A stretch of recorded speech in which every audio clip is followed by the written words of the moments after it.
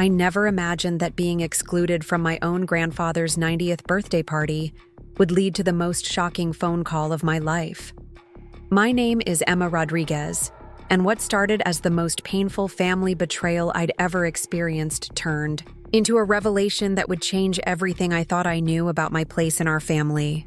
Sometimes the people who hurt you the most are the ones preparing the biggest surprise, and sometimes being left out is actually being set apart for something extraordinary.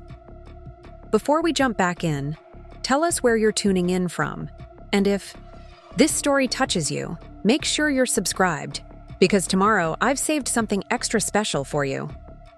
The morning of October 15th started like any other Saturday, except for the hollow ache in my chest that had been growing stronger all week. I sat in my small downtown Sacramento apartment, staring at my phone screen displaying photos from what should have been the most important family celebration of the year. My grandfather, William Rodriguez, the man who had practically raised me after my mother died, was turning 90 years old today. The milestone birthday we had talked about for months, the celebration he had been looking forward to with childlike excitement, was happening without me. I scrolled through the Instagram posts from the elegant banquet hall in Roseville, watching my family celebrate while I remained conspicuously absent. There was my father, David, beaming proudly as he raised a toast. My stepmother, Linda, resplendent, in a navy blue dress that probably cost more than my monthly rent, posed gracefully beside the three-tiered cake. My half-siblings Tyler and Chloe flanked my grandfather, their arms wrapped around him in the family photo I should have been part of. But the most painful sight was my grandfather himself, dressed in his best suit, the one I had helped him pick, out just 2 months ago for this very occasion. Even in the photos, I could see something missing in his eyes, a searching quality that made my heart clench with guilt and confusion. The exclusion hadn't been dramatic or cruel in an obvious way. It had been subtle, calculated, and somehow more devastating because of its casual cruelty. 3 weeks ago, during what I thought was a routine family dinner at my father's house in Roseville, Linda had mentioned that the party planning was getting complicated. She had sighed dramatically, pressing her manicured fingers to her temples, as if the stress was overwhelming her. "The venue has limited seating," she had explained, her voice carrying just the right note of regret. "We've had to make some difficult decisions about the guest list. Family only, of course, but we need to keep it intimate for Grandpa's sake. He gets overwhelmed with too many people these days." I had nodded along, assuming I was obviously included in family only, never imagining that my stepmother's definition of family had been carefully curated to exclude me. The realization came gradually, through small omissions and redirected conversations. When I asked about what I should wear, Linda had given me a vague response about the dress code still being finalized. When I offered to help with decorations, or coordinate with the caterer, she had insisted everything was under control. When I suggested contributing to the cost, she had waved me off, saying they had it handled. The final confirmation of my exclusion came just 5 days before the party, delivered with stunning casualness during a phone call with my half-sister Chloe. She had been chattering excitedly about her new dress and how nervous she was about giving her speech when she suddenly stopped mid-sentence. "Wait, you're not coming to the party, right?" she had asked, her voice uncertain. "Mom said you couldn't make it because of work or something." The words hit me like a physical blow. I had fumbled for a response, my mind reeling as I realized that not only had I been deliberately excluded, but a cover story had been created to explain my absence. That conversation had led to a frantic call to my father, during which I learned the full extent of my exclusion. His voice had been uncomfortable, but firm as he explained that Linda had felt it would be better to keep the celebration small and stress-free for Grandpa. "There had been some tension lately," he said, referring to a minor disagreement Linda and I had over my grandfather's care. She thought it might be awkward to have everyone together. "It's nothing personal, Emma. You can visit Grandpa on your own time. Nothing personal." The phrase echoed in my mind as I sat alone in my apartment, watching my family celebrate the most important man in my life while I remained banished from the festivities. The disagreement my father referenced had been hardly worth mentioning. Linda had suggested that my grandfather might benefit from moving to an assisted living facility, and I had respectfully disagreed, pointing out that he was still sharp mentally and physically capable with just a little help. The conversation had been civil, even constructive, but apparently my stepmother had interpreted my advocacy for my grandfather's independence as a personal challenge to her authority. Now, as I stared at photos of the celebration I should have been part of, I felt the familiar weight of being the outsider in my own family. It was a feeling I had grown accustomed to over the 3 years since my father married Linda, but it had never cut this deep before. My grandfather wasn't just any family member. He was the foundation of our family, the keeper of our traditions, and the one person who had never made me feel like I had to earn my place at the table. William Rodriguez had immigrated to California in the 1950s with nothing but determination and a dream of building something lasting for his family. He had worked construction during the day and saved every penny until he could open a small restaurant that served authentic Mexican food to the growing Sacramento community. Rodriguez Family Kitchen had started as a tiny storefront in Midtown, but under my grandfather's careful management, it had grown into a beloved local institution. More than just a business, it had been the heart of our family for decades. After my grandmother passed away 15 years ago, my grandfather had poured his energy into maintaining both the restaurant and our family traditions. Every Sunday, he would host elaborate family dinners at his modest ranch house, preparing traditional meals that connected us to our heritage. He taught me to make tamales from scratch when I was 12, patiently guiding my clumsy fingers as I learned to spread the masa just right. He shared stories of his childhood in Mexico, painting vivid pictures of a world I had never seen but felt connected to through his words. When my mother Maria died 10 years ago in a car accident, my grandfather had been my anchor. While my father retreated into grief and work, my grandfather had stepped in to fill the emotional void. Preparing and narrating this story took us a lot of time, so if you are enjoying it, subscribe to our channel. It means a lot to us. Now back to the story. He attended my high school graduation when my father was too consumed with his own pain to fully engage. He helped me move into my college dorm at UC Davis, his weathered hands carefully arranging my belongings while sharing advice about staying true to my values. He celebrated my graduation with a pride that made up for my father's distracted congratulations. Even after my father remarried and his new family began to take precedence, my grandfather had remained a constant presence in my life. We had lunch together every Tuesday at the restaurant, where he would update me on his life and listen to my concerns with the patience of someone who truly cared. He had been the one to encourage me to pursue my marketing career when my father suggested I should find something more practical. He had been the one to celebrate my small victories and comfort me during my disappointments. The exclusion from his 90th birthday felt like a betrayal not just by my step-family, but by my father, who had allowed it to happen. It represented everything that had gone wrong with our family dynamics since Linda entered the picture. Slowly but systematically, I had been pushed to the margins of family decisions and celebrations. My opinions were dismissed as too emotional or impractical. My contributions were overlooked or credited to others. My presence became optional, then unwelcome, and finally irrelevant. As I sat in my apartment that Saturday afternoon, surrounded by the silence of my exclusion, I tried to focus on work emails and household chores, anything to distract myself from the pain of missing such an important moment. But every few minutes, my phone would buzz with another social media notification, another photo from the party I should have been attending. The forced smiles and staged happiness felt like salt in an open wound. Around 4 in the afternoon, just as I was considering turning off my phone entirely to escape the constant reminders of my exclusion, it rang with an unfamiliar number.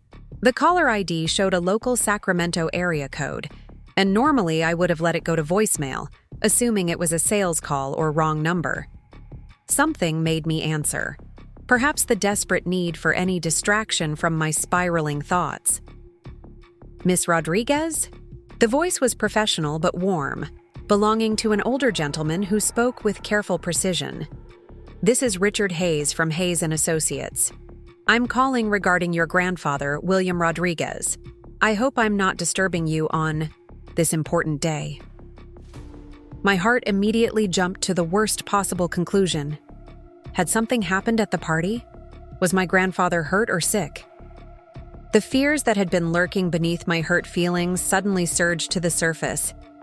"Is he okay? Is something wrong?" I asked, my voice tight with panic. Mr. Hayes chuckled softly, a sound that immediately eased my fears. "Oh no, Miss Rodriguez. Your grandfather is perfectly fine as far as I know.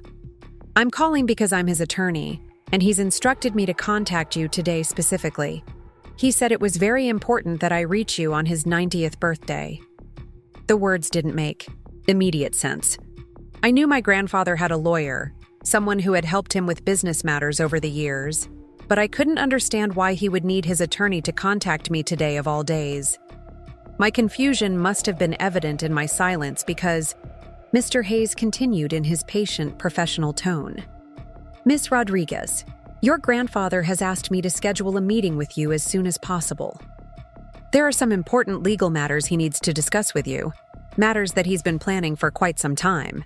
He specifically requested that this conversation take place after his birthday celebration, and he insisted that you be contacted today." The timing felt surreal. On the day I had been excluded from the most important family celebration in years, my grandfather's lawyer was calling with mysterious legal matters that couldn't wait. I found myself agreeing to meet with Mr. Hayes the following Monday, still confused but curious about what could be so urgent that it required immediate attention after my grandfather's birthday. After ending the call, I sat in my quiet apartment trying to make sense of the conversation. My grandfather had never mentioned any legal issues or important matters that required my involvement. In fact, during our regular Tuesday lunches, he had seemed more content and settled than ever, often talking about how proud he was of the life he had built and the family he had raised. The idea that he had been planning some kind of legal discussion seemed completely out of character for the straightforward, uncomplicated man I knew. As evening approached and the social media posts from the birthday party began to wind down, I found myself staring at the lawyer's business card, trying to piece together what could possibly require such secrecy and timing. The exclusion from the party had been painful enough, but now there was an undercurrent of mystery that made everything feel even more unsettled. What could my grandfather possibly need to discuss with me through his lawyer that was so important it had to happen immediately after his birthday? And why hadn't he mentioned anything during our regular visits? The questions swirled in my mind as I prepared for bed, knowing that sleep would be elusive with so much uncertainty hanging over me. Tomorrow would bring answers, but tonight I was left with nothing but speculation and the lingering ache of being left out of what should have been one of the most meaningful days of my grandfather's life. Little did I know that the phone call from Mr. Hayes was just the beginning of revelations that would completely transform my understanding of my place in the Rodriguez family, and that being excluded from the birthday party was actually the first step in a plan that would change everything. I thought I knew about my grandfather's true feelings toward me. Monday morning arrived with the kind of crisp October air that usually energized me. But as I sat at my kitchen table nursing my second cup of coffee, I felt anything but energetic. The mystery phone call from Mr. Hayes had dominated my thoughts all weekend, creating an undercurrent of anxiety beneath the lingering hurt from being excluded from grandfather's party. I had called in sick to work, something I rarely did. But the combination of emotional exhaustion and curiosity about the impending meeting made focusing on marketing campaigns impossible. As I prepared for my 11 o'clock appointment with the lawyer, I found myself reflecting on who I had become in the Rodriguez family dynamic. Emma Rodriguez, 28 years old, marketing professional, devoted granddaughter, and apparently the family member deemed unworthy of attending the most important celebration of the year. But that surface description barely scratched the reality of who I was and how I had earned that position through years of unwavering dedication to everyone else's needs. Growing up as the only child of David and Maria Rodriguez, I had been the center of a warm, close-knit family unit. My parents owned a small accounting firm together, and we lived comfortably in a modest house near my grandfather's restaurant. Family dinners were sacred time, usually held at grandfather's house, where 3 generations would gather around his massive dining room table to share meals, stories, and laughter. My childhood memories were painted in warm hues of connection and belonging, where my opinions mattered, my achievements were celebrated, and my presence was not just welcome, but essential. My mother, Maria, had been the glue that held our extended family together. She was the one who remembered everyone's birthdays, organized holiday celebrations, and made sure that family traditions were preserved and passed down. She had a gift for making everyone feel special and included, whether it was teaching me to cook traditional recipes alongside my grandfather or ensuring that my father stayed connected to his heritage despite his busy work schedule. When she died suddenly in a car accident during my senior year of college, the foundation of our family structure crumbled. The immediate aftermath of my mother's death revealed just how much our family had depended on her organizational skills and emotional intelligence. My father, overwhelmed by grief and the practical demands of running their business alone, retreated into work as his primary coping mechanism. My grandfather, despite his own profound loss, tried to maintain family traditions, but the Sunday dinners became less frequent, and the holiday celebrations felt hollow without my mother's organizing presence. It was during this devastating period that I unconsciously stepped into the role that would define the next decade of my life. Without anyone asking or even acknowledging what was happening, I became the family caretaker, the one who remembered important dates, coordinated gatherings, and tried to maintain the connections that my mother had cultivated so carefully. At 22, fresh out of college with a business degree, I found myself managing not just my own grief, but everyone else's emotional needs. The transition happened so gradually that no one, including myself, recognized it as a deliberate choice. When my father missed my grandfather's birthday dinner because he was working late, I drove over to celebrate with grandfather alone, bringing a cake and spending the evening listening to his stories about the early days of the restaurant. When holiday decorations needed to be put up at the family home, I volunteered to handle it since my father seemed overwhelmed by the memories. When my grandfather mentioned that he was having trouble keeping up with the restaurant's bookkeeping, I offered to help with the financial records during my free time. Each act of service felt natural and necessary, a way to honor my mother's memory by continuing the caring traditions she had established. But what started as temporary assistance during a crisis period gradually became permanent expectations. My availability became assumed rather than appreciated. My expertise became utilized without acknowledgement. My sacrifices became invisible threads, holding together a family structure that might otherwise have collapsed under the weight of unprocessed grief and neglect. The pattern of self-sacrifice became most evident in my professional choices. After graduation, I had received several attractive job offers from marketing firms in San Francisco and Los Angeles, opportunities that would have launched my career in exciting directions. But my family's emotional neediness and my grandfather's increasingly visible loneliness made leaving Sacramento feel impossible. Instead, I accepted a position with a small local marketing agency, telling myself that staying close to family was more important than professional advancement. The decision proved costly in multiple ways. The local agency offered limited growth opportunities and significantly lower compensation than the positions I had turned down. But more significantly, my choice to prioritize family proximity became another expectation rather than an appreciated sacrifice. When I mentioned feeling professionally stagnant during family conversations, the response was typically dismissive rather than supportive. My father would suggest that I should be grateful for steady employment, while my grandfather would remind me that family should always come first. echoing values that I had internalized, but that seemed to apply only to my choices, not anyone else's. My personal life also became secondary to family obligations.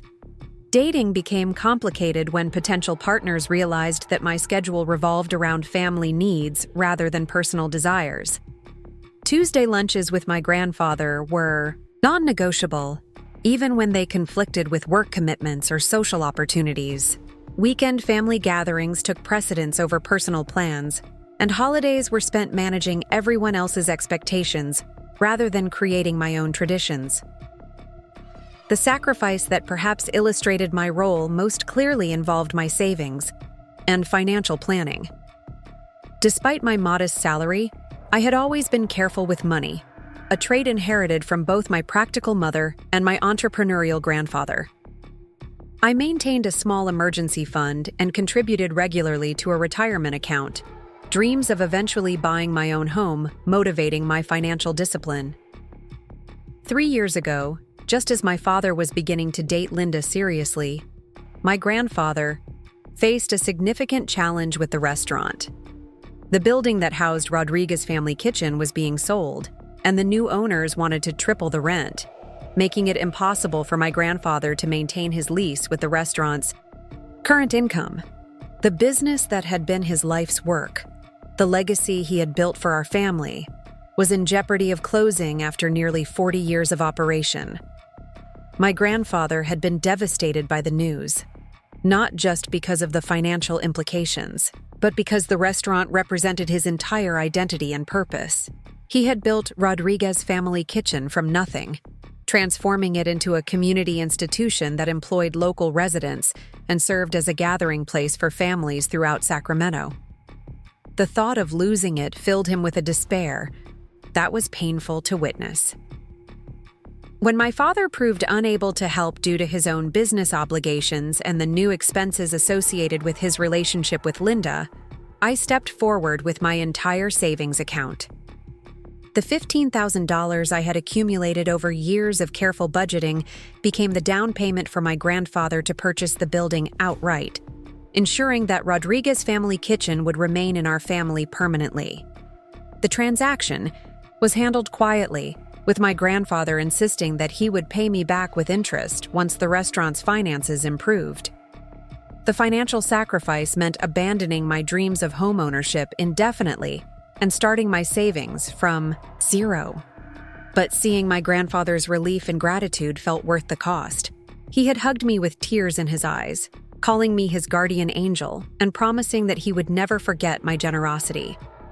The restaurant was saved, our family legacy was preserved, and I felt proud to have played a crucial role in protecting something so important to all of us.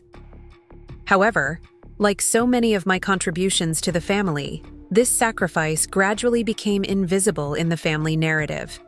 When people complimented my father on maintaining the family business, he accepted the praise without mentioning my financial contribution. When my grandfather talked about purchasing the building, he described it as a smart business decision without crediting the source of the down payment. When Linda expressed admiration for our family's entrepreneurial success, no one corrected her assumption that my grandfather had accomplished everything independently. The invisibility of my contributions became a recurring theme as Linda's influence in our family grew stronger. During the courtship period, she had been gracious and inclusive, often complimenting my close relationship with my grandfather and expressing appreciation for the way I had stepped up after my mother's death. She had seemed genuinely interested in learning about our family traditions and respectful of the bonds that had sustained us through difficult times. But after the wedding, Linda's attitude shifted in ways that were subtle but unmistakable. Family discussions that had once included my input now proceeded without consulting me. Holiday planning became Linda's domain, with traditions modified to suit her preferences rather than preserving the customs my mother had established. Most significantly, my role as the family caretaker was gradually transferred to Linda, who positioned herself as the more appropriate person to manage family affairs as the new Mrs. Rodriguez. The transition might have been welcome if it had freed me to focus on my own life and goals, but instead, It created a strange liminal space where I was expected to continue contributing while being excluded from decision-making. I was still expected to help with family events, but my ideas were dismissed in favor of Linda's preferences. I was still expected to provide emotional support during difficult times, but my insights were discounted as too emotional or impractical. I was still expected to contribute financially when needs arose, but my contributions were minimized or forgotten when convenient. The most painful aspect of this gradual marginalization was watching my relationship with my father deteriorate. The man who had once been my closest confidant and biggest supporter seemed increasingly unable to see how his new family dynamic was affecting me. When I tried to discuss feeling excluded or undervalued, he would dismiss my concerns as jealousy or adjustment difficulties, suggesting that I needed to be more understanding of Linda's position as his wife and the challenges of blending families. My grandfather, bless his heart, remained a constant source of love and support throughout these changes, but even he seemed unaware of how significantly my role in the family had shifted. Our Tuesday lunches continued to be the highlight of my week, providing a space where I felt truly seen and valued. He would ask about my work with genuine interest, share his wisdom about navigating life's challenges, and treat my opinions with the respect I craved from the rest of the family. But my grandfather was also becoming more dependent on others for daily tasks and decision-making, a natural part of aging that made him less aware of family politics and power dynamics. He loved Linda for making his son happy and appreciated her efforts to organize family gatherings, not recognizing that her efficiency came at the cost of excluding contributions from family members who had previously played important roles. The exclusion from his 90th birthday party represented the culmination of 3 years of gradual marginalization, the final confirmation that I had become optional in my own family. The party I should have helped plan, the celebration I should have been central to organizing, had proceeded beautifully without me, proving to everyone, including myself, that my contributions were not as essential as I had believed. As I dressed for my meeting with Mr. Hayes, choosing a professional navy suit that I hoped would help me feel more confident, I reflected on how this pattern of self-sacrifice had shaped not just my relationship with my family, but my entire sense of identity. I had become someone who derived worth from usefulness, who measured love by the extent to which others needed me, and who had somehow convinced herself that being indispensable was the same as being valued. The drive to Mr. Hayes' office took me through the Midtown neighborhood where I had grown up, past the restaurant that I had helped save, past the house where my mother had created such warm memories, past the elementary school where my grandfather had picked me up every day when my parents were working late. The familiar streets felt different now, tinged with the melancholy of realizing that the family connections I had worked so hard to preserve had somehow excluded me from their most important moments. Hayes and Associates occupied a modest office, building on Capitol Avenue, the kind of established but unpretentious location that suggested competence without ostentation. The waiting room was decorated with warm earth tones and family photos, creating an atmosphere that felt more like a living room than a sterile legal office. Mr. Hayes emerged from his private office promptly at 11, a distinguished gentleman, in his 70s with silver hair and kind eyes that immediately put me at ease. "Miss Rodriguez," he said, extending a firm handshake, "thank you so much for coming. Your grandfather speaks of you constantly, and I feel like I know you already. Please come into my office where we can talk privately." His office was lined with law books and family photos, but what caught my attention immediately was a thick folder on his desk, labeled with my name in my grandfather's distinctive handwriting.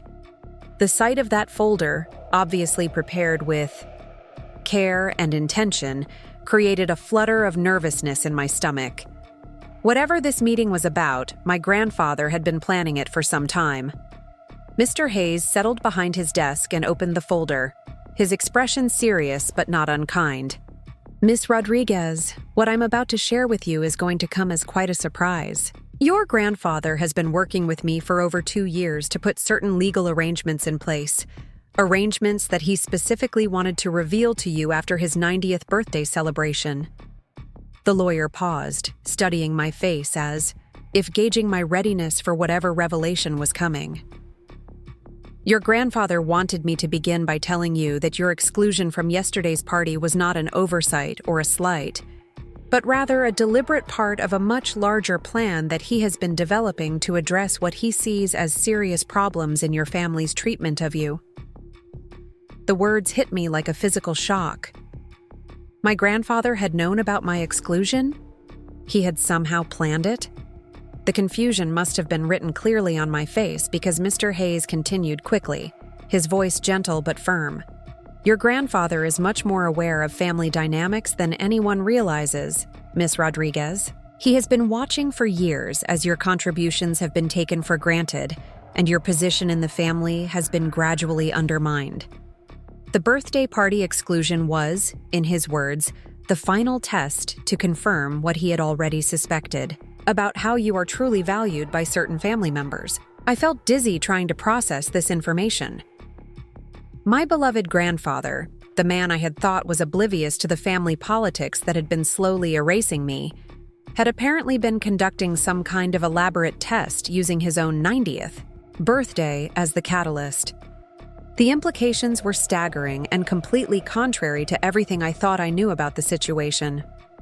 Mr. Hayes reached for another document from the folder, this one bearing official seals and legal formatting that immediately signaled its importance.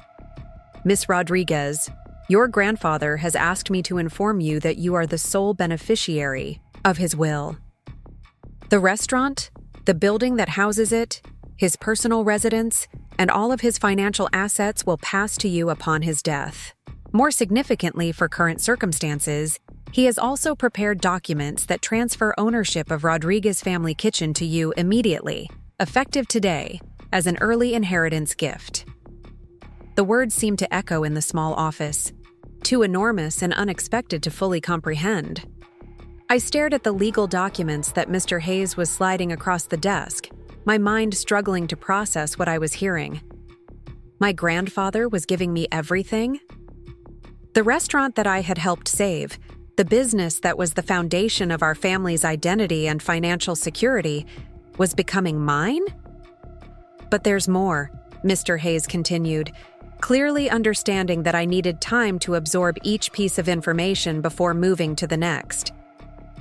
Your grandfather has also documented every financial contribution you have made to the family over the years, including the $15,000 you provided for the building purchase, the countless hours of unpaid bookkeeping you have provided, and the below-market salary you accepted to help keep the restaurant profitable during difficult periods. He has calculated the total value of your contributions, with interest, at approximately $78,000. The precision of that number suggested that my grandfather had been keeping meticulous records of sacrifices I had thought were invisible to everyone, including him. The realization that he had not only noticed but carefully documented every way I had put family needs before my own interests created an overwhelming rush of emotion that threatened to spill over into why. Tears right there in the lawyer's office. Mr. Hayes seemed to recognize my emotional state and paused to allow me time to process before continuing. Your grandfather wanted you to understand that these arrangements are not charity or sympathy, but recognition of what you have already earned through your dedication and sacrifice. He also wanted you to know that he has prepared letters for each family member, explaining his decisions and making clear that anyone who wishes to maintain a relationship with him must treat you with the respect and inclusion you have always deserved. The scope of my grandfather's planning was becoming clear, and it was far more comprehensive and strategic than I could have imagined. He had not only ensured my financial security, but had created a structure that would force the family to acknowledge my contributions and change their treatment of me. The exclusion from his birthday party, which had felt like the final rejection, had actually been the setup for the most dramatic reversal of power dynamics I could have conceived. As I sat in that lawyer's office, holding documents that would transform my life and staring at evidence of my grandfather's profound love and respect for me, I realized that everything I thought I knew about my position in the Rodriguez family was about to change completely. The woman who had been deemed unworthy of attending a birthday party was about to become the owner of the family business and the keeper of our legacy. The granddaughter, who had been systematically excluded from family decisions, was about to hold the power to make decisions that would affect everyone else's future. The weight of Mr. Hayes's revelations settled over me like a heavy blanket, making it difficult to breathe normally as I tried to process the magnitude of what my grandfather had orchestrated. The legal documents spread across the mahogany desk represented more than a transfer of assets. They represented a complete vindication of everything I had sacrificed and endured over the past decade.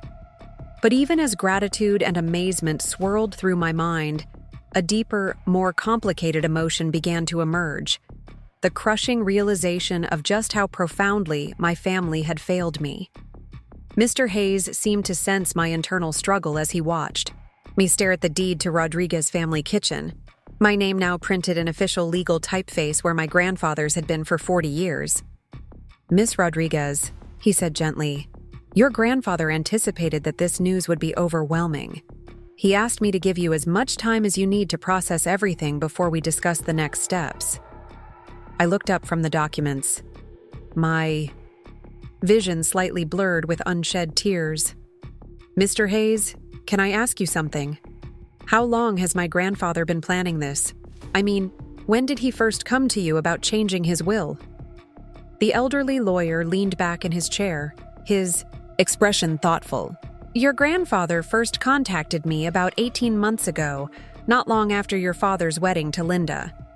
He said he was concerned about some changes he was observing in family dynamics and wanted to ensure that his legacy would be protected properly.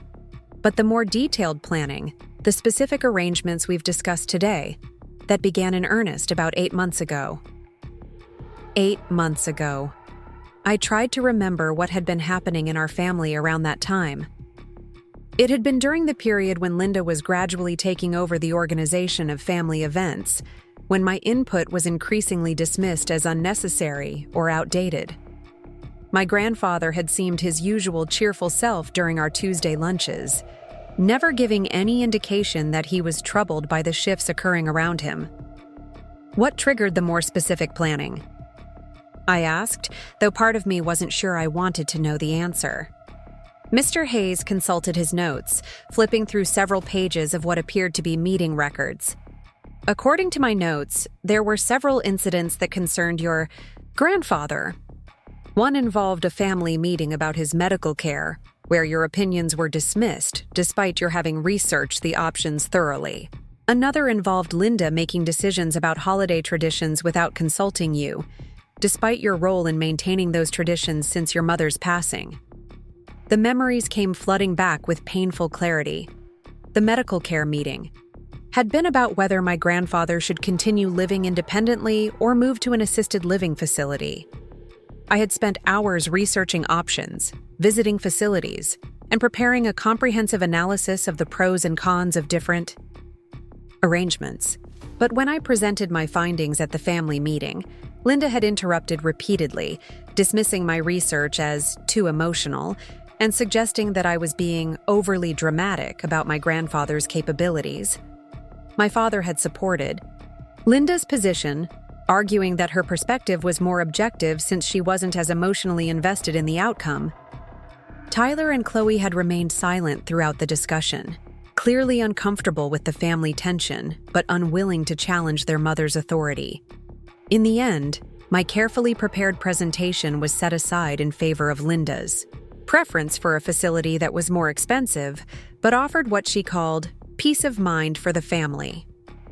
The holiday tradition incident had been equally devastating, though it had seemed minor at the time.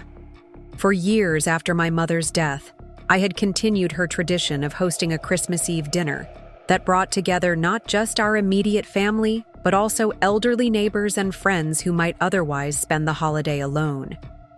It was a tradition that required significant planning and expense, but it had always felt like a meaningful way to honor my mother's memory while maintaining the community connections she had valued. Linda had suggested that the tradition was too much work and expense for what she perceived as limited benefit. She had proposed replacing it with a smaller, more elegant dinner for just the immediate family, arguing that my grandfather was getting too old to enjoy large gatherings and that the current arrangement was more about my emotional needs than what was actually best for everyone. When I had tried to explain the significance of the tradition and offer to handle all the planning and expenses myself, Linda had dismissed my offer as stubborn attachment to the past. My father had supported Linda's position, suggesting that it was time to create new traditions that reflected our current family structure, rather than clinging to customs that reminded everyone of loss and sadness. The Christmas Eve dinner tradition had ended that year, replaced by Linda's preferred intimate gathering that felt hollow and disconnected from everything that had made our family celebrations meaningful. At the time, I had told myself that these were normal growing pains associated with blending families, that Linda was trying to establish her place in our family structure, and that some compromise was necessary. I had convinced myself that my grandfather either hadn't noticed these changes or had accepted them as part of the natural evolution of family dynamics. The idea that he had been carefully observing and documenting these incidents, recognizing them as symptoms of a deeper problem, was both validating and heartbreaking. "Mr. Hayes," I said, my voice barely above a whisper, "did my grandfather ever say anything about why he didn't intervene directly? Why he felt he needed to handle this through legal arrangements rather than just talking to my father about what was happening?" The lawyer's expression grew sad as he consulted his notes again. "Your grandfather felt that direct intervention would be ineffective because the problems were systemic rather than individual incidents. He believed that your father was so invested in maintaining harmony with his new wife that he had become blind to how your position in the family was being undermined. Your grandfather also worried that direct confrontation might make the situation worse for you, potentially leading to more dramatic exclusion or conflict." The assessment was devastatingly accurate. My father's devotion to Linda had indeed made him defensive about any criticism of her behavior or decisions. The few times I had tried to discuss feeling excluded or undervalued, he had immediately framed the conversation as me being unable to adjust to the new family structure rather than examining whether that structure was fair or healthy.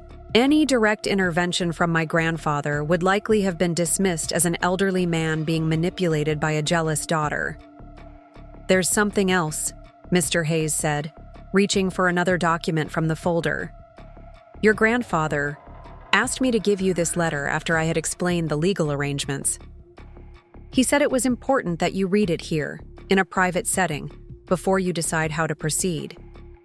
The envelope he handed me was cream-colored paper, expensive but not ostentatious, with my name written in my grandfather's careful script across the front. My hands trembled slightly as I opened it, recognizing the fountain pen ink that my grandfather preferred for important correspondence. "My dearest Emma," the letter began, and I could hear his voice in the formal but loving tone he used for serious conversations. "If you are reading this letter, then Mr. Hayes has already explained the legal arrangements I have made to ensure your future security and to address the injustices you have endured with such grace and patience. I hope you understand that these arrangements are not sympathy or charity, but recognition of what you have always deserved and what you have already earned through your unwavering dedication to our family." I paused in my reading, overwhelmed by the directness of his acknowledgement. My grandfather had seen everything, understood everything, and had been planning for months to address problems that I had barely admitted to myself were as serious as they were. The letter continued. "I need you to know that your exclusion from my birthday celebration was the most difficult decision I have made in many years. It broke my heart to know that you would be hurt and confused, that you would spend that day believing that you were unloved or unvalued. But I also knew that it was necessary to demonstrate clearly to everyone, including yourself, just how easily you have been erased from the family narrative despite your central importance to our family's survival and success. The words hit me like a physical blow, and I had to stop reading for a moment to compose myself. The idea that my grandfather had deliberately orchestrated my exclusion, knowing how much it would hurt me, was almost too painful to bear, even knowing that it had been part of a larger plan to protect and vindicate me. I have watched for too long as your contributions have been taken for granted, your opinions dismissed, and your presence treated as optional rather than essential. The letter continued.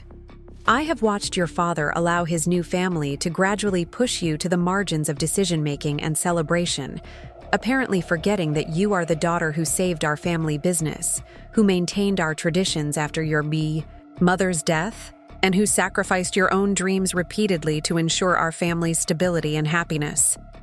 Mr. Hayes sat quietly while I read, occasionally glancing at his watch but making no move to hurry me through what was clearly an emotional process.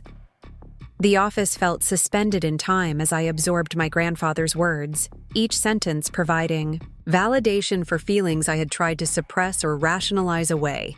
The birthday party was planned specifically to exclude you, Emma, but not by me. Linda orchestrated your exclusion, and your father allowed it to happen despite knowing how important the celebration was to both of us.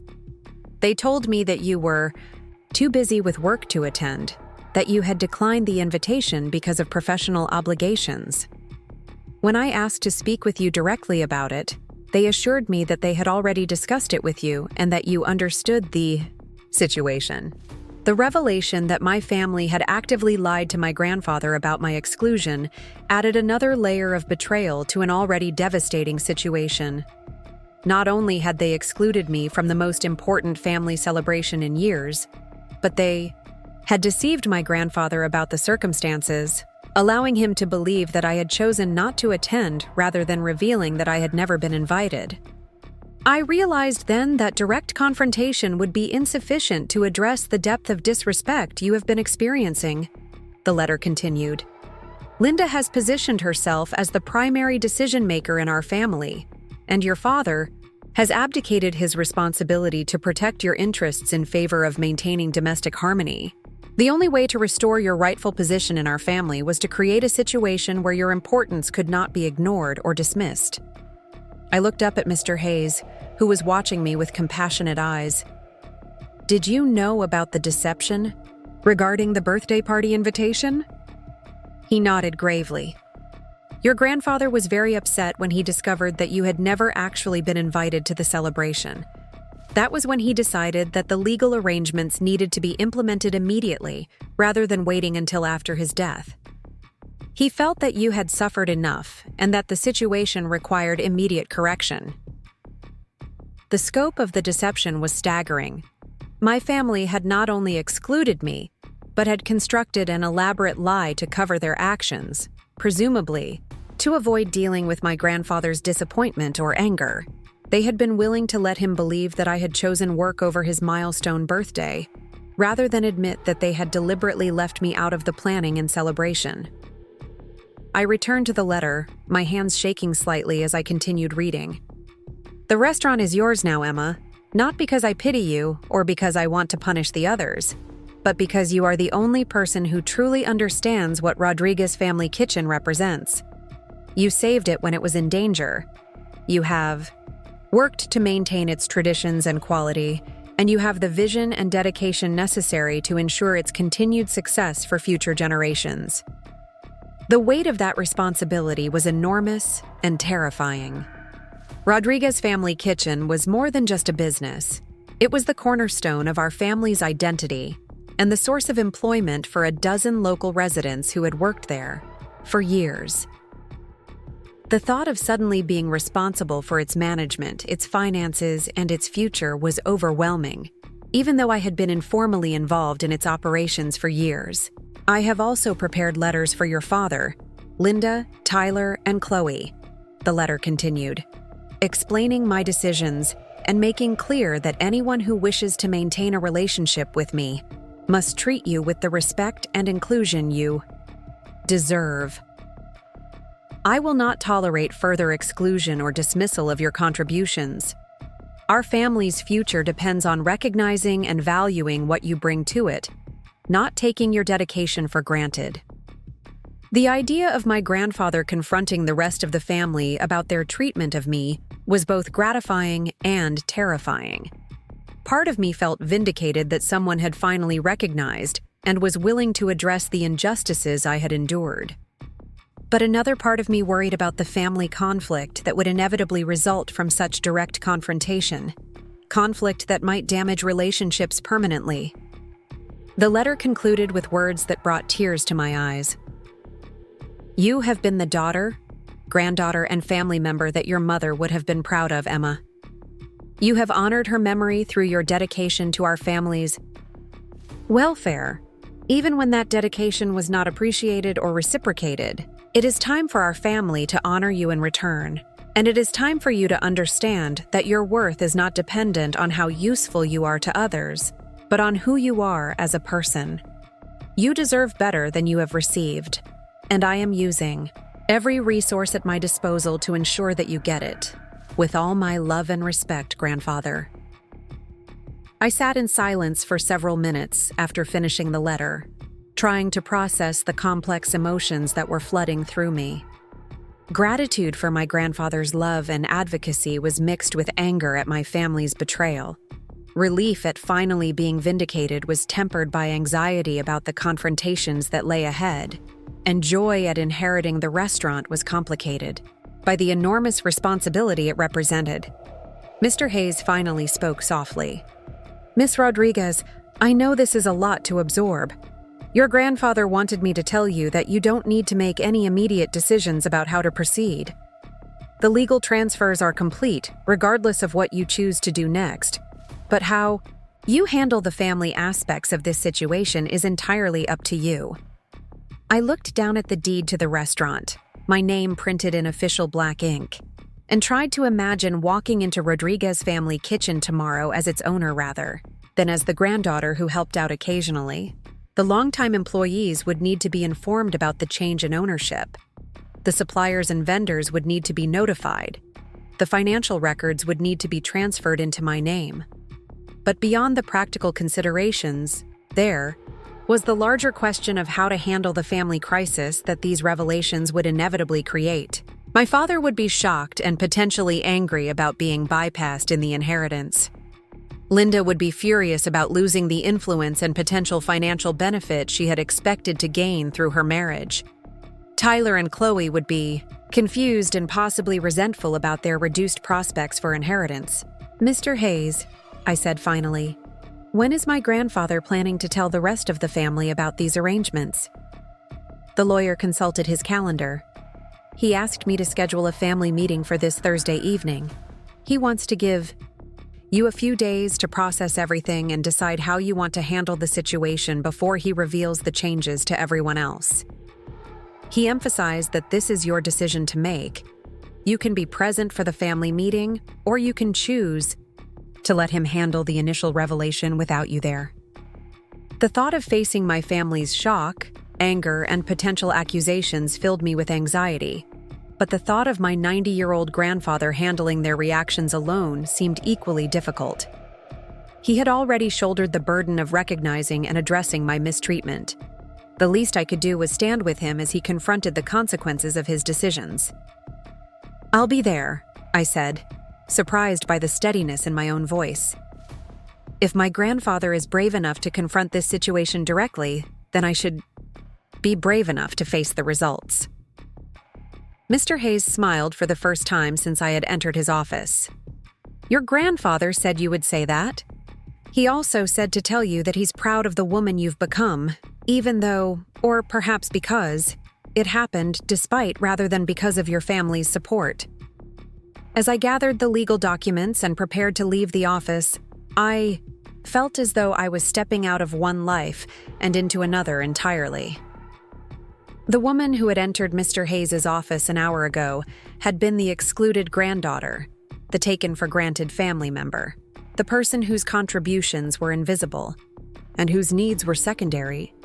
The woman leaving his office was the owner of Rodriguez Family Kitchen, the primary beneficiary of my grandfather's estate, and someone whose grandfather had been willing to risk family harmony to protect and vindicate.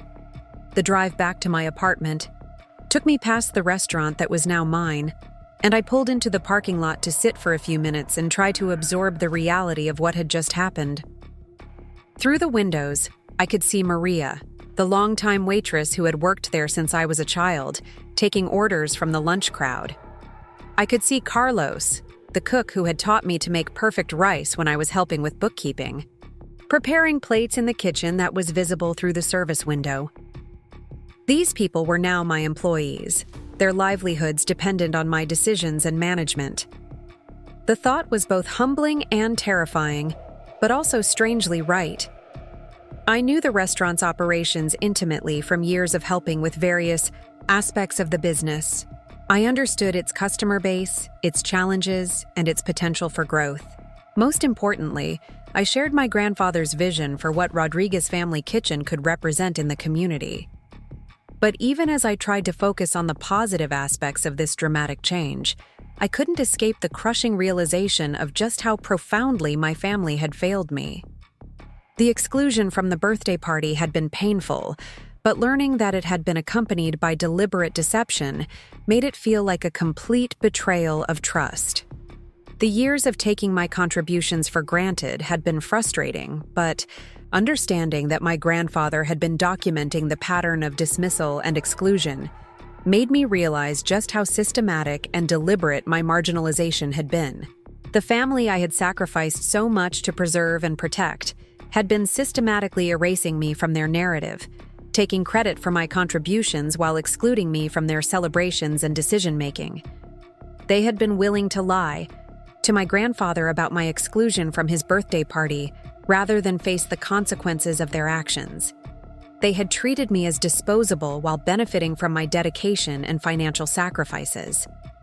As I sat in the parking lot of the restaurant that was now mine, watching the lunch crowd enjoy meals prepared with recipes my grandfather had perfected over decades, I felt the full weight of both the opportunity and the responsibility that had just been placed in my hands.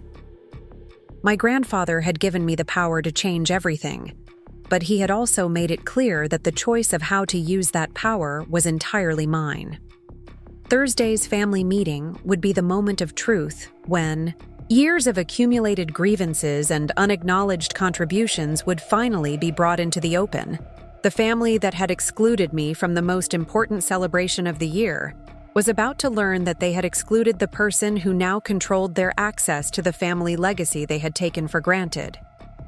The crushing blow of realizing how completely I had been betrayed was slowly giving way to something else, a sense of empowerment and possibility that I hadn't felt in years.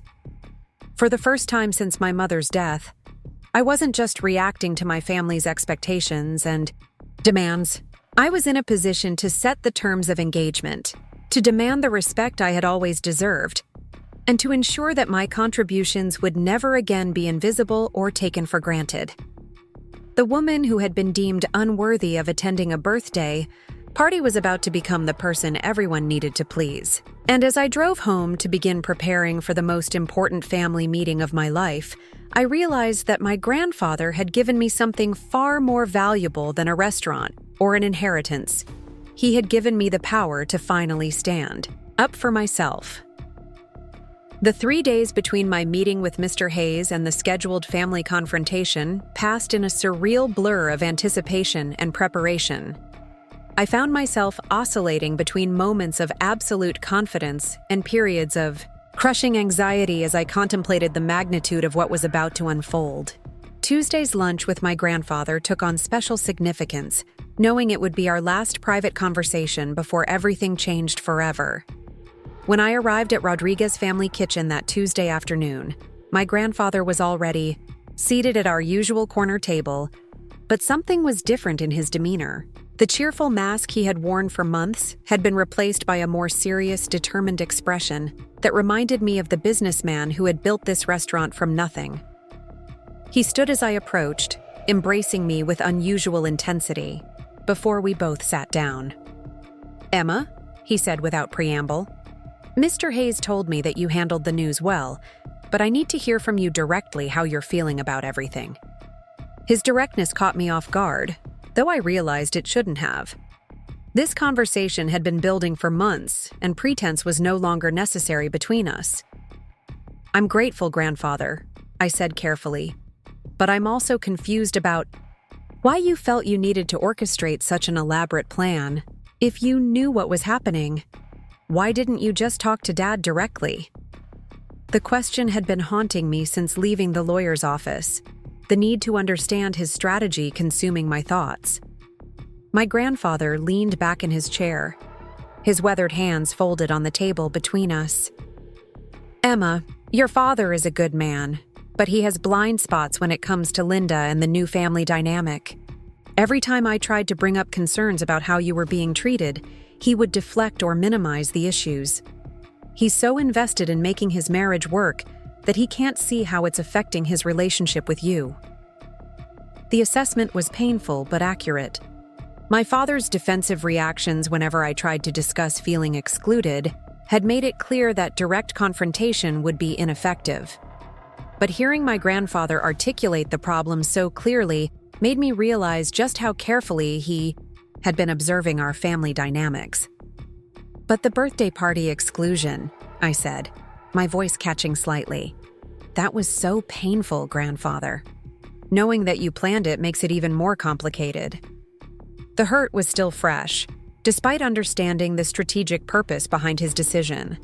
His expression grew pained, and for a moment, I saw vulnerability in his eyes that reminded me he was 90 years old and had been carrying this burden alone for months. "Emma, that was the hardest decision I've made since your grandmother died. But I needed concrete evidence of how easily they could erase you from important family moments. And I needed you to feel the full impact of that exclusion so you would understand that this pattern couldn't continue." We sat in silence for several minutes, the weight of his words settling between us. Around us, the restaurant hummed with its usual lunch activity, but our corner felt isolated from the normal rhythms of daily life. Finally, I found the courage to ask the question that had been terrifying me since Monday. What if Thursday goes badly? What if this destroys our family permanently? The fear of being responsible for tearing apart the family I had worked so hard to preserve felt overwhelming, even knowing that I wasn't the one who had created the underlying problems. My grandfather reached across the table and took my hands. In his grip surprisingly strong for someone his age. "Emma, a family that can only exist by excluding and diminishing one of its members is not a family worth preserving in its current form. What we're doing Thursday is giving everyone the opportunity to choose what kind of family they want to be going forward." His words carried the wisdom of someone who had built and sustained relationships for 9 decades, but they didn't completely ease my anxiety about the confrontation ahead. That evening, I called Jessica, my closest friend since college, desperately needing to talk through the situation with someone outside the family drama. "Wait, let me get this straight," Jessica said after I had explained the entire situation. "Your grandfather secretly made you the owner of the family restaurant and the main beneficiary of his will because your stepmother excluded you from his birthday party." Her incredulous tone made me realize how dramatic the story sounded when summarized so concisely. "It's more complicated than that," I explained. "The birthday party was just the final incident in a pattern that's been building. For years, my grandfather has been documenting how I've been gradually pushed to the margins of family decisions and celebrations, while my contributions have been taken for granted." Jessica was quiet for a moment before responding. "Emma, I've watched you sacrifice your own needs for your family for as long as I've known you. If your grandfather finally recognized that and decided to do something about it, maybe you should trust his judgment instead of worrying about protecting people who haven't been protecting you." Her perspective was harsh, but fair, and it helped me recognize that my instinct to minimize the situation and protect my family's feelings was exactly the pattern of behavior that had led to my marginalization in the first place. The woman who had been excluded from a birthday party needed to stop worrying about making everyone else comfortable with the consequences of their actions. Wednesday evening, I received an unexpected phone call from Tyler. my 22-year-old half-brother who rarely contacted me directly. His voice was uncertain as he explained that Linda had mentioned a family meeting scheduled for Thursday and asked if I knew what it was about. The conversation was awkward, highlighting how little relationship we had developed despite being family for 3 years. "I think grandfather just wants to discuss some family business," I said carefully, not wanting to lie but also not ready to reveal what was coming. "You should probably just plan to be there and listen to what he has to say." Tyler seemed satisfied with the vague response, but the call reminded me that the shock of Thursday's revelations would affect more people than just my father and Linda. Thursday arrived with unseasonably warm October weather that felt incongruous with the gravity of what lay ahead. I spent the morning at work trying to focus on client projects, but my mind kept drifting to the evening's planned confrontation. Around noon, I received a text from my grandfather. "Are you ready for tonight? Remember, you have nothing to apologize for." The simple message provided reassurance that I desperately needed. I left work early and drove to my grandfather's house, arriving 30 minutes before the scheduled meeting time. He greeted me at the door with a smile that mixed determination with affection, leading me into his living room where he had arranged chairs in a circle that suggested serious conversation rather than casual family gathering. "How do you want to handle this?" I asked as we waited for the others to arrive. The question of my role in the evening's revelations had been weighing on my mind since Monday's meeting with Mr. Hayes. "I'm going to explain my decisions and the reasons behind them," my grandfather said firmly. "Your job is to be present and confident. Let them react however they're going to react, but don't apologize for accepting what you've earned and what you deserve." At exactly 7 o'clock, my father's car pulled into the driveway, followed by Linda's SUV carrying Tyler and Chloe. Through the window, I could see them talking animatedly, clearly curious about the purpose of this unusual family meeting. When they entered the house, their expressions shifted from curiosity to confusion as they took in the formal seating arrangement and my presence alongside my grandfather. "Well, this looks serious," my father said with forced lightness as everyone found seats. Linda's smile seemed strained as she settled into the chair across from me, her eyes darting between my grandfather and me as if trying to read the situation. My grandfather cleared his throat and began speaking in the authoritative tone he had once used for important business meetings. "I've asked everyone here tonight because I have some important announcements to make about family business and my estate planning. These decisions have been made carefully over many months, and they are final." The room fell silent, the weight of his formal tone immediately capturing everyone's attention. Linda straightened in her chair, her expression becoming more alert, while my father leaned forward with obvious concern. "First," my grandfather continued, "I want to address what happened at my birthday celebration last Saturday. I was told that Emma had declined to attend due to work obligations, but I have since learned that she was never invited to the celebration at all." His words hit the room like a thunderclap, and I watched the color drain from my father's face as Linda's mouth fell open in surprise. "Dad, that's not exactly what happened," my father began, but my grandfather raised his hand to silence him. "Linda organized my birthday celebration and deliberately excluded Emma from the planning and the invitation list," my grandfather continued relentlessly. "When I asked about Emma's absence, you both lied to me about the circumstances rather than admitting that she had been excluded. This deception was unacceptable, but it was also the final incident that confirmed patterns of behavior that have been troubling me for years." Linda found her voice first, her defensive instincts kicking in immediately. "William, that's not fair. The party planning was complicated, and we thought it would be easier to keep it small. Emma has been so busy with work lately that we didn't want to burden her with family obligations."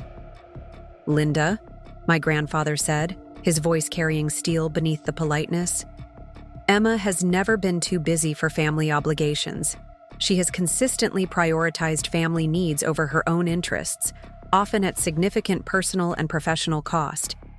The idea that she would be too busy to attend my 90th birthday celebration is insulting to both of us. The silence that followed was deafening. Tyler and Chloe looked confused and uncomfortable, clearly unprepared for this level of family conflict. My father appeared to be struggling to find words, his face cycling through expressions of guilt, defensiveness, and dawning realization. Furthermore, my grandfather continued, I have been documenting for months how Emma's contributions to this family have been taken for granted, while she has been gradually excluded from important decisions and celebrations. The birthday party exclusion was not an isolated incident, but part of a pattern that I will no longer tolerate. He reached for a folder that had been sitting on the coffee table and began removing documents. Emma saved Rodriguez family kitchen 3 years ago when I couldn't afford the rent increase on the building. She used her entire savings account, $15,000, to provide the down payment for me to purchase the building. That investment preserved not just the restaurant, but the foundation of our family's financial security. The revelation hit my father like a physical blow. He turned to stare at me with an expression of shock and something that might have been shame. Emma, I didn't know. You never said anything about using your savings. Because grandfather asked me not to, I replied quietly. He was proud and didn't want the family to know he had needed help. But apparently, some people in this family have been taking credit for the restaurant's stability without knowing who actually made it possible. Linda's face had gone pale as the implications of this revelation sank in. She had spent 3 years assuming that the restaurant represented security and potential inheritance for her family, never realizing that its continued existence depended on my financial sacrifice. That brings me to my main announcement, my grandfather said, his voice carrying absolute authority. As of Monday of this week, I have transferred ownership of Rodriguez Family Kitchen to Emma. She is now the sole owner of the restaurant and the building that houses it. Additionally, I have revised my will to make Emma the primary beneficiary of my estate. The silence that followed was absolute and devastating. I watched my family process this information, their faces cycling through shock, disbelief, and in Linda's case, barely contained fury. Tyler was the first to speak, his voice uncertain and confused. Grandfather, I don't understand. Why are you changing everything now? Did something happen that we don't know about? His question was genuine, lacking the accusatory tone that I could see building in Linda's expression. My grandfather's voice softened slightly as he addressed Tyler directly. Tyler, you and Chloe are good kids, and you'll both be provided for in my will. But Emma has been the backbone of this family since her mother died, and she has never received the recognition or respect she deserves for her sacrifices. The restaurant exists today because of her financial contribution and her ongoing commitment to its success. Linda finally erupted, her composure completely shattered. This is manipulation, William. Emma has been working on you, filling your head with complaints about how the family treats her. This is emotional blackmail, and it's not fair to punish Tyler and Chloe for imaginary slights. The accusations stung, but my grandfather's response was swift and decisive. Linda, Emma has never complained to me about her treatment by this family. Every observation I've made has been based on my own direct experience of how she's been excluded and dismissed. The birthday party exclusion was planned and executed without any input from Emma whatsoever. My father finally found his voice, though it was shaky with emotion.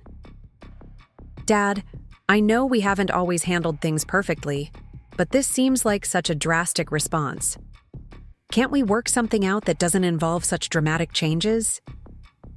David, my grandfather said, and his tone carried disappointment that was painful to witness.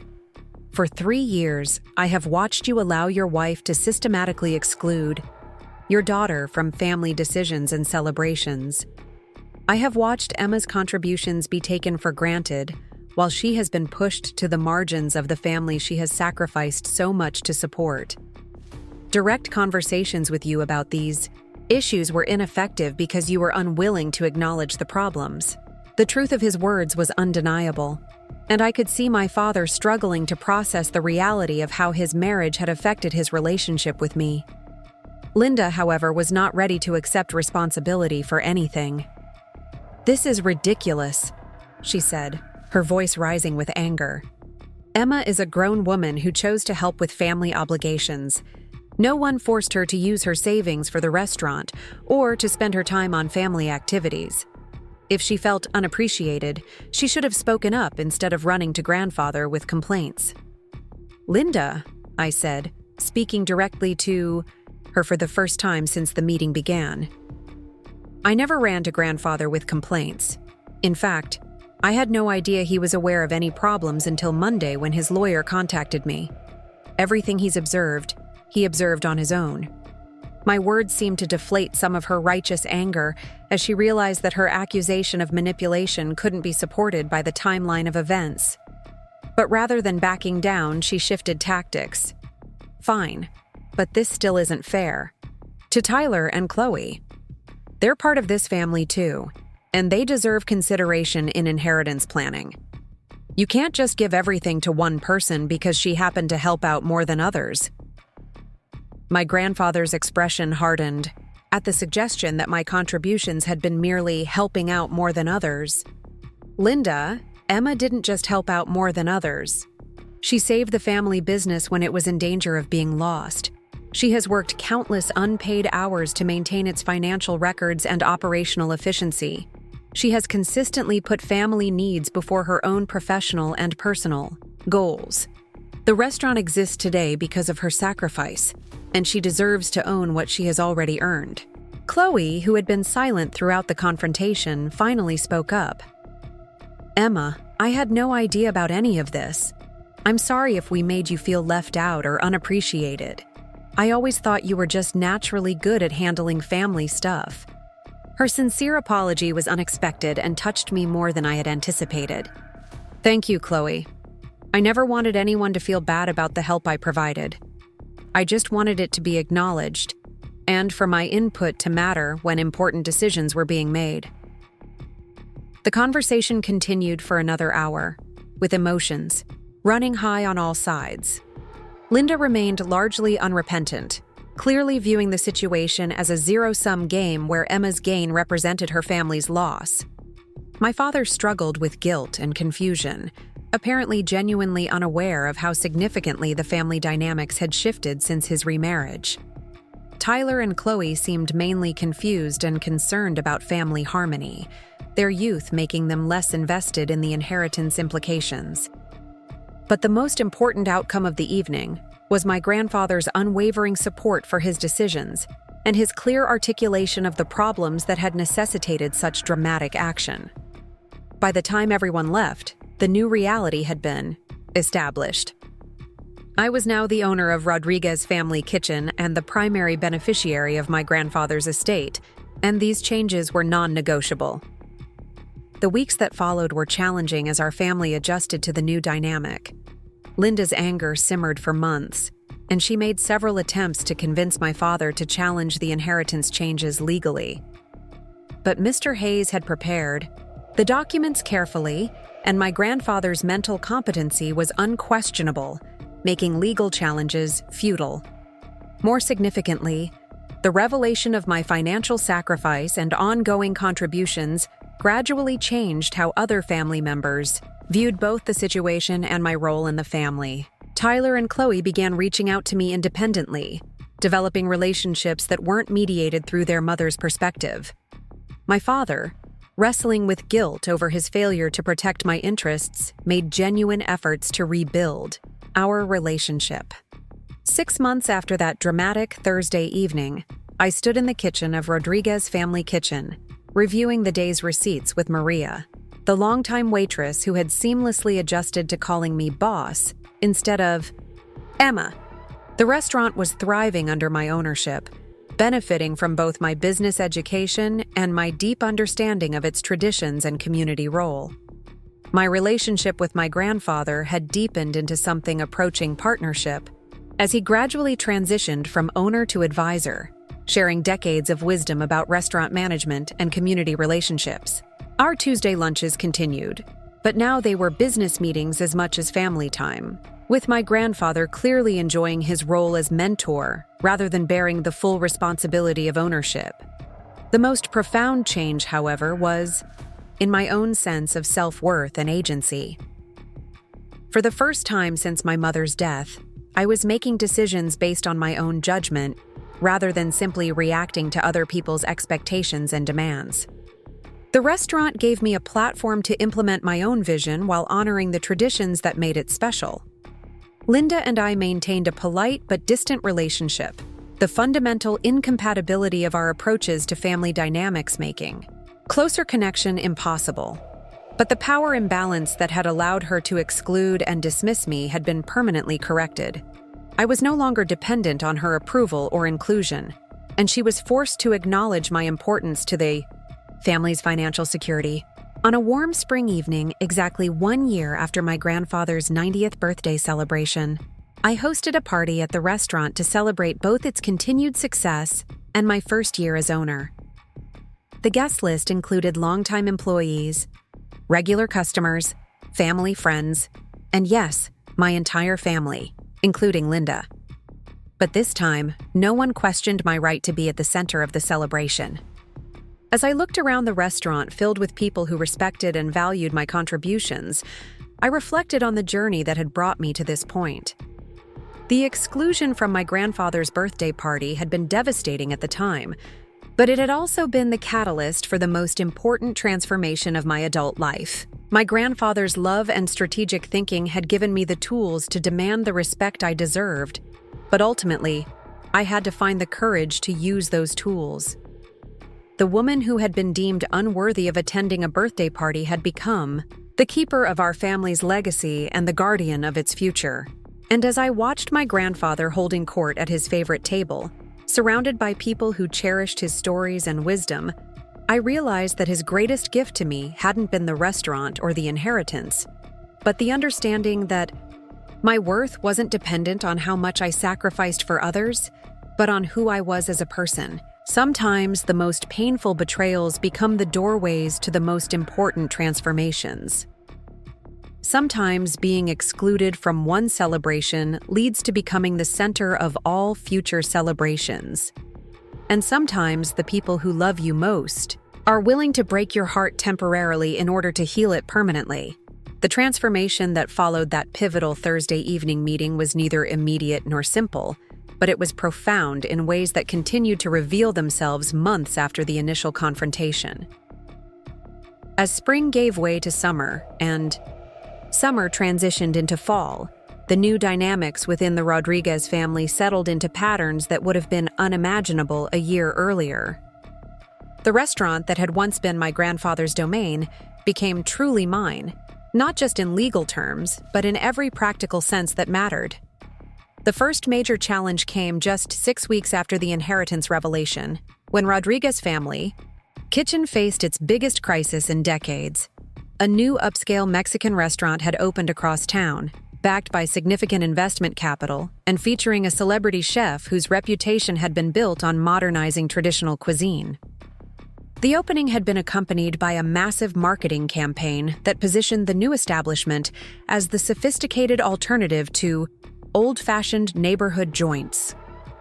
Within 2 weeks of the competitor's opening, our lunch crowds had dropped by nearly 30%, and dinner reservations were becoming increasingly sparse. The longtime employees who had worked at Rodriguez Family Kitchen for years began expressing concerns about job security, while some of the younger staff started submitting applications to the new restaurant, drawn by promises of higher wages and more prestigious working conditions.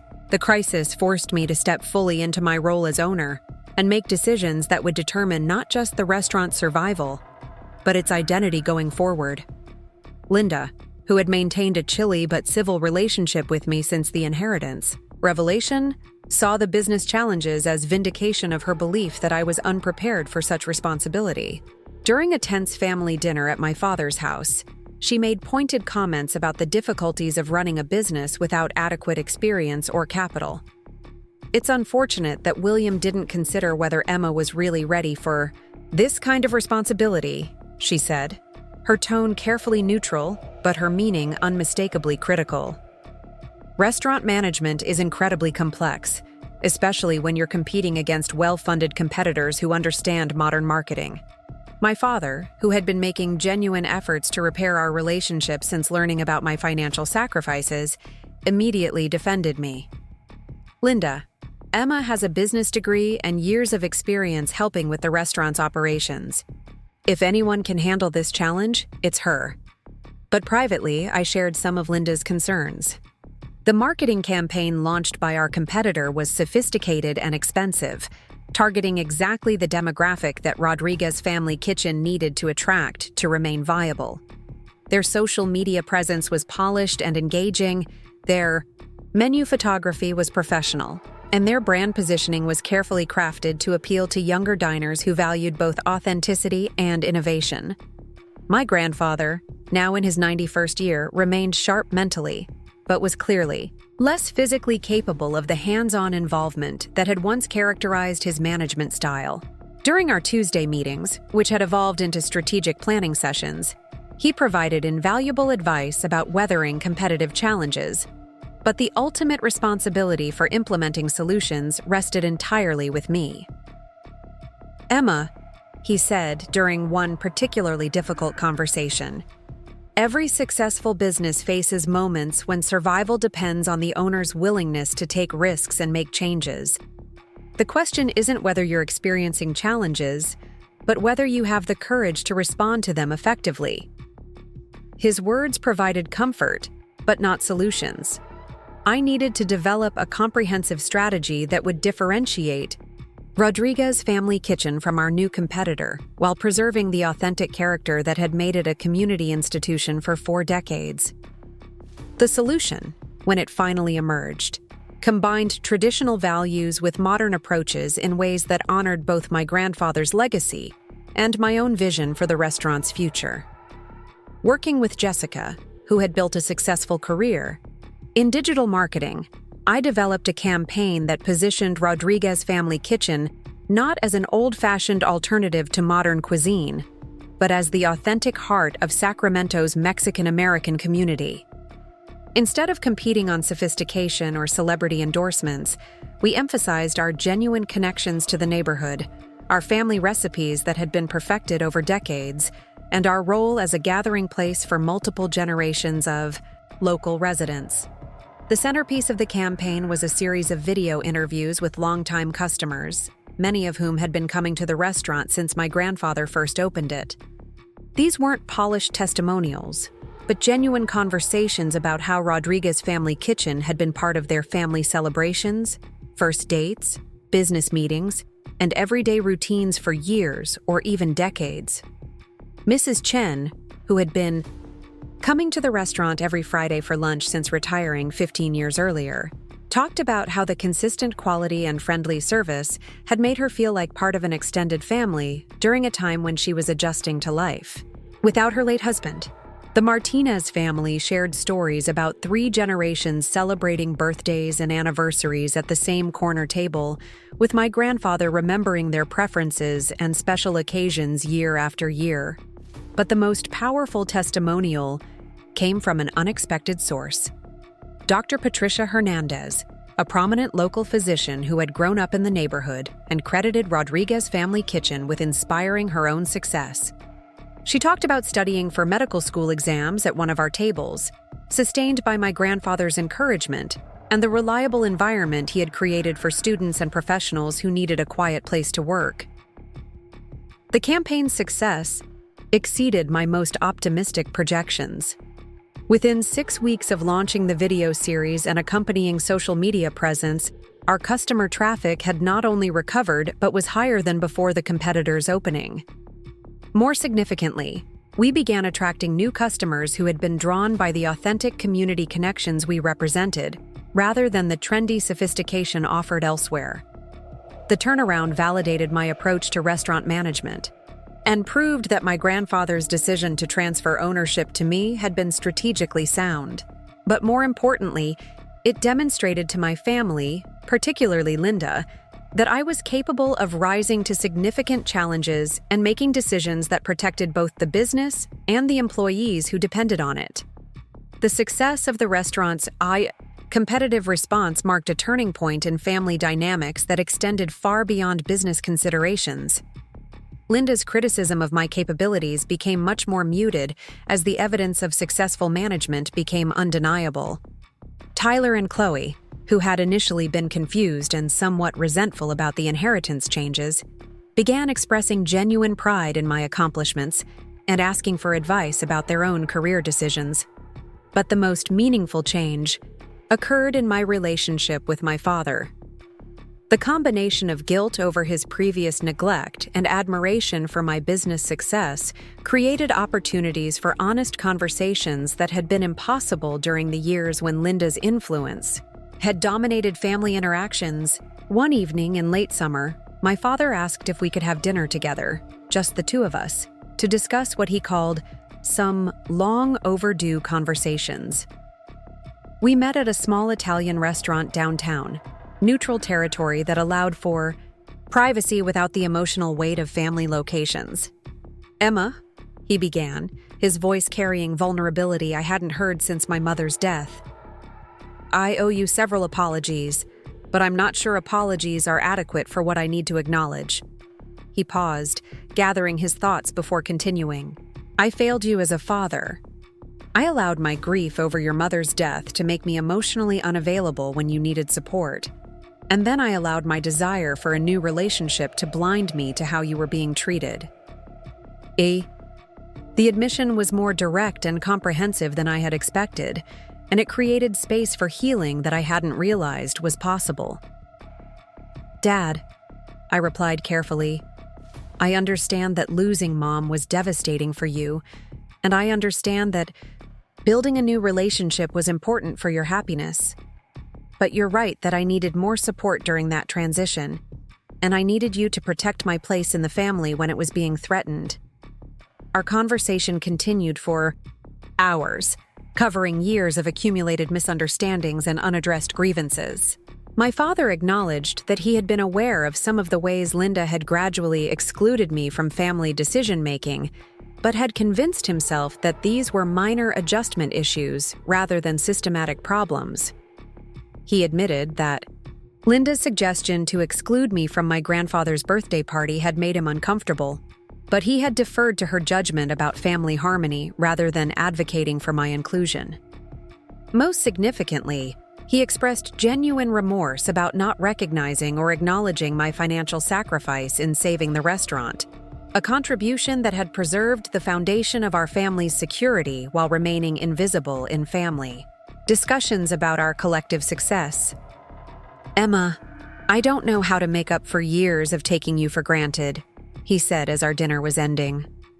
"But I want you to know that I see now what you've contributed to this family, and I'm proud of the woman you've become despite my failures as a father." The conversation marked the beginning of a gradual rebuilding of our relationship, though it would take months to fully restore the trust and communication that had been damaged by years of neglect and misunderstanding. But for the first time since my mother's death, I felt like I had a father who was genuinely invested in my well-being rather than simply expecting me to manage my own needs while accommodating everyone else's priorities. As autumn arrived and Rodriguez Family Kitchen celebrated its most successful year in recent memory, I found myself reflecting on the profound changes that had occurred since that devastating birthday party exclusion 12 months earlier. The Secchio restaurant was thriving under my ownership, employing more people than ever before, and serving as a genuine community gathering place that honored both tradition and innovation. My relationship with my grandfather had evolved into something approaching true partnership, with his wisdom guiding strategic decisions while my energy and modern perspective drove daily operations. Our Tuesday meetings had become the highlight of both our weeks, providing opportunities to discuss not just business matters, but life philosophy, family history, and dreams for the future. the broader family dynamics had stabilized into patterns that were healthier and more honest than anything we had experienced since my mother's death. Linda and I maintained a respectful but distant relationship with clear boundaries that prevented the kind of systematic exclusion that had previously characterized our interactions. Tyler and Chloe had developed independent relationships with me that weren't mediated through their mother's perspective, and both had begun seeking my advice about career and educational decisions. But perhaps the most significant change was in my own sense of identity and purpose. For the first time since my mother's death, I was making decisions based on my own judgment and values, rather than simply reacting to other people's expectations and demands. The restaurant provided a platform for implementing my vision while honoring traditions that connected me to my heritage and family history. In December, as we approached the first anniversary of my grandfather's birthday party Exclusion, I decided to host a celebration that would mark both the restaurant's success and the family's transformation over the previous year. The event would be held at Rodriguez Family Kitchen, with the entire restaurant reserved for an evening of food, music, and storytelling that honored both our past and our future. The planning process became an opportunity to demonstrate how different family dynamics could be when based on inclusion rather than exclusion. I consulted with everyone about menu preferences, entertainment options, and special touches that would make the evening meaningful for all attendees. Linda's suggestions were considered alongside everyone else's, and her expertise in event planning was acknowledged and utilized without allowing her to dominate the decision-making process. My grandfather was deeply involved in the planning, sharing stories about previous celebrations and suggesting traditions that could be incorporated into the evening. His enthusiasm for the event was infectious, and his pride in what the restaurant had become under my ownership was evident in every conversation. The celebration itself exceeded all expectations.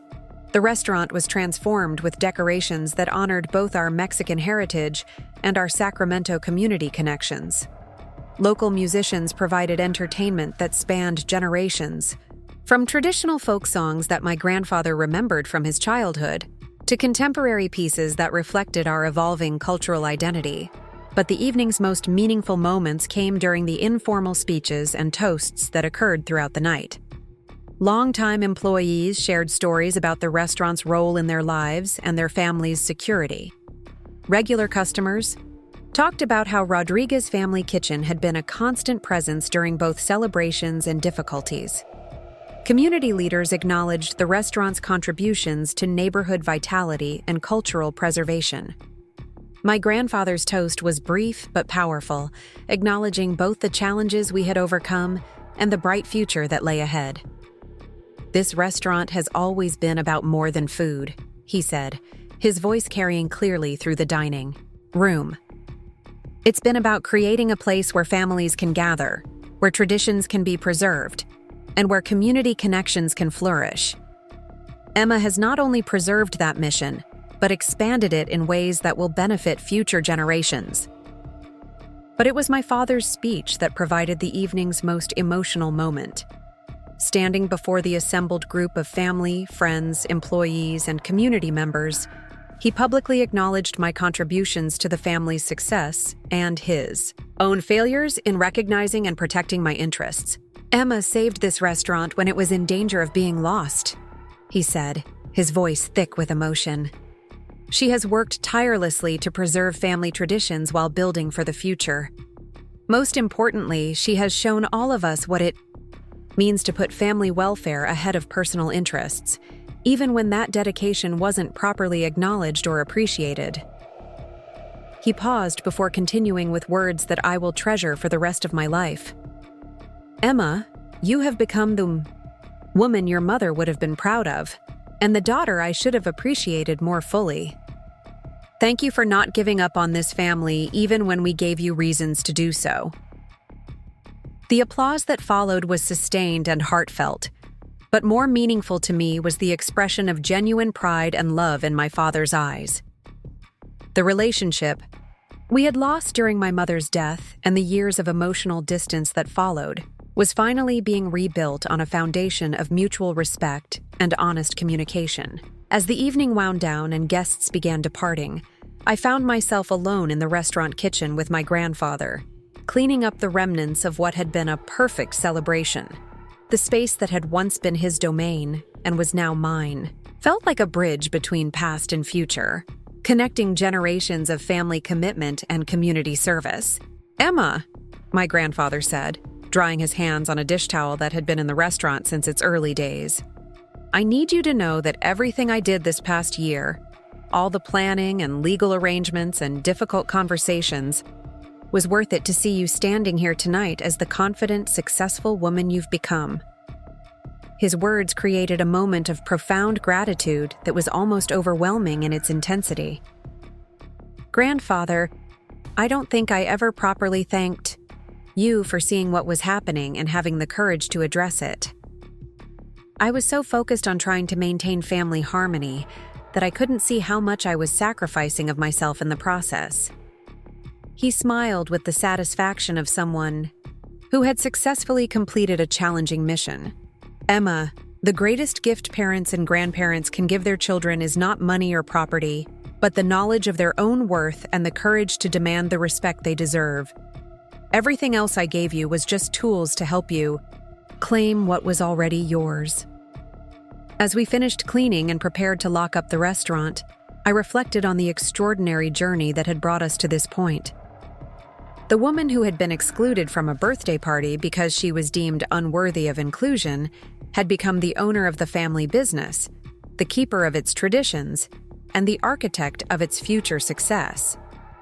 But more importantly, I had become someone who understood that my worth wasn't dependent on how much I sacrificed for others, or how useful I was in solving other people's problems. The love and respect I had always craved from my family had finally been earned, not through self-denial, but through standing up for myself and demanding the treatment I deserved. The Rodriguez family kitchen that I now owned was more than just a business. It was a symbol of what could be accomplished when talent and dedication were properly recognized and supported. The family that had once taken my contributions for granted now celebrated my achievements and sought my input on important decisions. Most significantly, the young woman who had spent years trying to earn her place in her own family had finally learned that she didn't need to earn what should have been freely given. The birthday party exclusion that had once seemed like the final rejection had actually been the catalyst for the most important transformation of my life. As I drove home through the quiet Sacramento streets, past the neighborhoods where I had grown up and the landmarks that had shaped my identity, I felt a sense of completion and possibility that had been missing for more than a decade. The future that stretched ahead was filled with opportunities to build on the foundation that my grandfather had created and that I had preserved and strengthened.